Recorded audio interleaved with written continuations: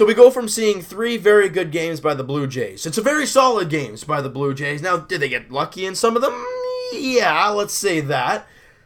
But you still got to win ball games. They did. They won 3 in a row. And today it looked decent through the first couple innings.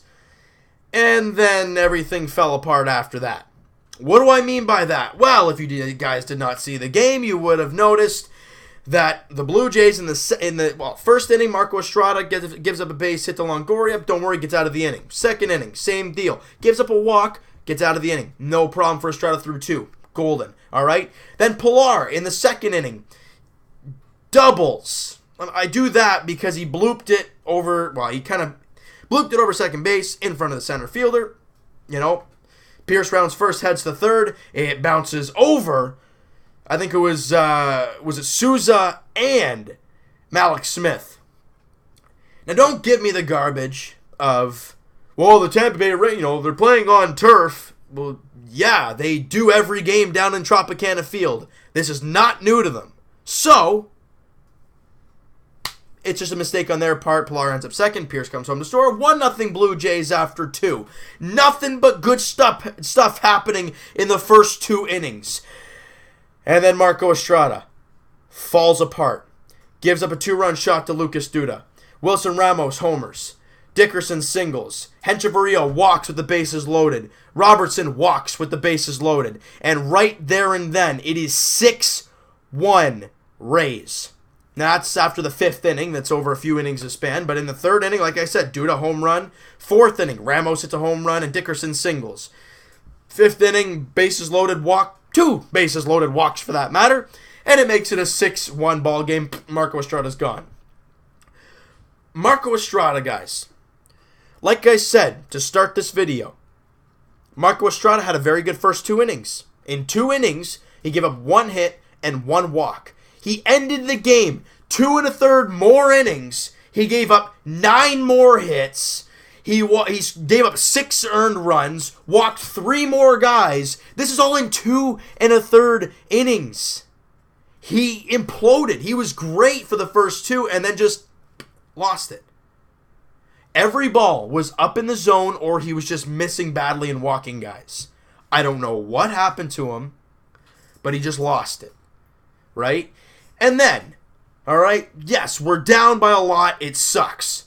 We go to the bottom half of the 5th inning and it's a 6-1 game. All right, the Jays got runners at 2nd and 3rd with only 1 out. Josh Donaldson, the hottest guy in the Jays, up. Yep, don't have the umbrella. Why? Because we're an emotional wreck tonight and it doesn't matter at this point. He hits a home run to right. We've seen a little bit of that lately. Clears the wall, and it's a 6-4 ball game. And we're only in the 5th inning. Good stuff. Justin Smoke, bang, hits a single. All right, great stuff. Then Kendrys Morales comes to the plate. And he looks awful in the whole at-bat. Now, something we have noticed the entire season is that if you throw Kendrys Morales a breaking ball in any part of the lower half of the zone, he is gone. He is swinging and missing all the time. A hanging curveball, well, yeah, he'll crush it. But you got to hang it for him to kill it. Otherwise, he's just swinging right through it. And that is something that really frustrates me about Kendrys Morales. You learn in minor baseball, in any league, to make adjustments. If things aren't working, try something else. I haven't seen an adjustment in Morales all season long. And the thing that frustrates me, I'm not sure who said, I think it was Greg Zahn that said it. I'm not sure when he said it, but he did. Why are you looking, Morales even says, well, they're throwing me a steady dose of curveballs, so you go up there looking for a curveball. Why do you do that? If you can't hit a curveball, why are you going up to the plate looking for it? If you go up there, ooh, there's the curveball, swing and a miss. You go up there looking for a fastball, which we know Morales can handle.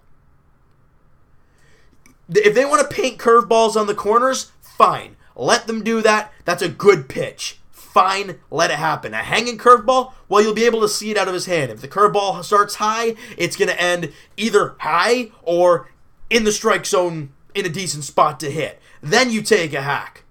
But what you should do is look for the spin. If the spin starts in the middle half of the zone, it's not going to be a strike. But instead, go up there looking for a pitch you know how to handle, and that is a fastball. You get that pitch, you handle it, you crush it because you were expecting it. Don't go up there looking for a pitch you can't hit. Where does that get you? And that is what I think he is doing. He is seeing the curveball, and he's thinking he can hit it, but he can't. He strikes out in that inning. The Jays don't get any more runs. They had momentum. The 3-run shot, then the single by Smoke. Okay, let's get it going. Strikeout. And the Jays don't score anything the rest of the way. But 100% credit to the Jays bullpen. If I'm going to find positives out of this game, it is that.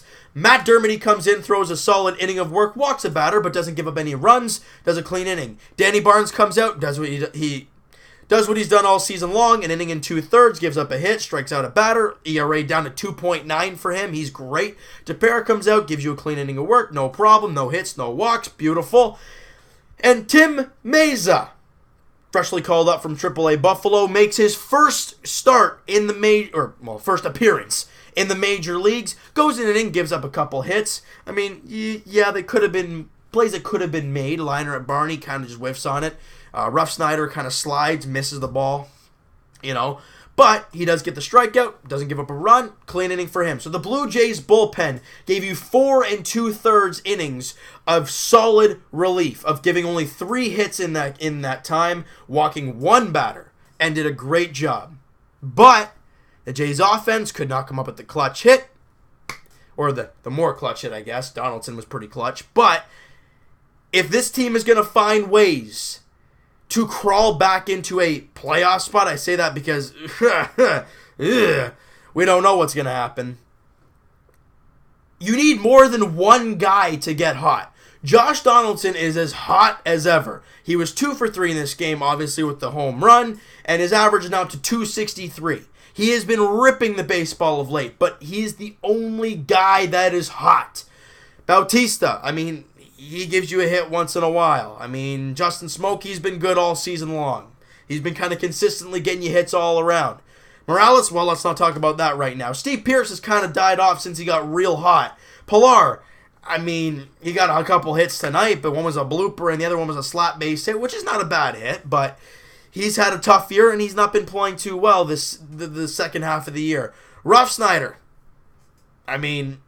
he had a good game a couple games ago, but that's about it. You need to stay consistent. Mike Olin, what do you expect from him? Darwin Barney kind of had been up and down, more down than up, and it's just you haven't been able to get 4 or 5 guys hot at the right time. And that's the problem with this team.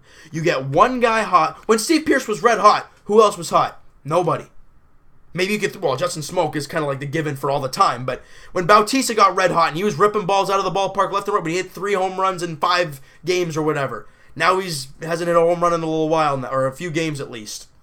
When Pilar was hitting 3 whatever to start the season, who else was hitting? Nobody. You haven't been able to find that group of people that are hitting well at the same time. It has not been happening. As of late, it's just been Josh Donaldson ripping the baseball apart, and that can only get you so far. The Jays gave up 6 runs in this game. Marcus Stroman gave up 6 runs in this game. But it doesn't help that your defense is kind of shoddy. Pilar and Bautista lose the ball in the twilight sky. I know how tough that is, but they lose it and it drops in. I think a run scores, not on the play, but eventually. And then Smoke pop up pass behind Justin Smoke down the first base line. Rough Snyder runs, Smoke runs, Bautista runs. Nobody gets it, and it's a fair ball. It's just, it was a tough one defensively for the Jays. They also commit a couple errors. One on the Darwin Barney throw, which they gave to Justin Smoke, which I'm kind of shocked about. They might have changed that, I'm not too sure. And then a throwing error, I think, by Mike Olin as well. It's just, it's a collective effort. You got to have everything working. The starting pitching was no good today. The bullpen was great, and you got a clutch 3-run shot, but your starting pitching wasn't there. As we've said all year, it's one thing for the Blue Jays that caves in. If it's not one thing, if there's not one thing that goes wrong, all of it works well, and you get wins, right? It's kind of weird that way. But that's the end of this game. We can't worry about it because we got to move on. Jake Faria, Marcus Stroman tomorrow night. Got to have a short memory, and as a baseball fan, you have to have a short memory. Why? Because you play every day. So it's pretty much, you got to move on, all right? And good, you're not going to win every game. You're not going to go 40-something and 0 the rest of the way. So, like I said, Jake Faria, Marcus Stroman, tomorrow night, Jays looking to take the 2-1 series lead and bounce back after today's rough loss, all right? So you know what, guys? That is going to do it for this one. If you guys enjoyed this video and you were disgusted like this game, and that I was, hit that like button. I do appreciate that. Hit the subscribe button if you guys have not already. Comment down below. What do you guys think of this game? What do you think should be done about Marco Estrada in the next, 24 hours or however long it's going to be? I really want to hear what you guys have to say, and we'll talk to you guys tomorrow night as the Jays look to get back in the win column with Marcus Stroman on the mound. Always exciting watching him pitch. Here we go. Talk to you guys then.